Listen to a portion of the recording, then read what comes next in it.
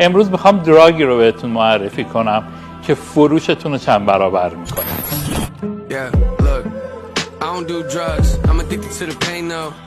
خیلی مواقع ما همه فرایندهای فروش رو داریم درست انجام میدیم، اما آدمی رو که انتخاب میکنیم که میتونه فرایند فروش ما رو سریعتر کنه و به عنوان یک تصمیم گیرنده در فرایند فروش ما اثرگذار باشه رو اشتباه انتخاب میکنیم.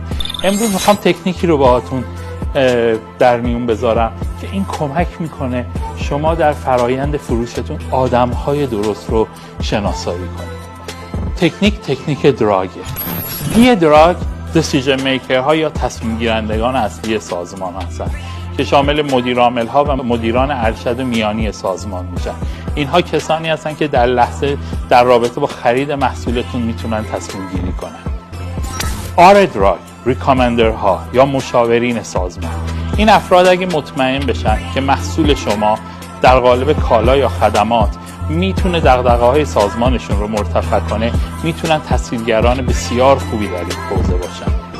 یوزرها یا کاربران اصلی محصول شما و در نهایت دراگ گیت کیپرها یا منشی‌ها یا رؤسای دفتر مدیر عامل ها.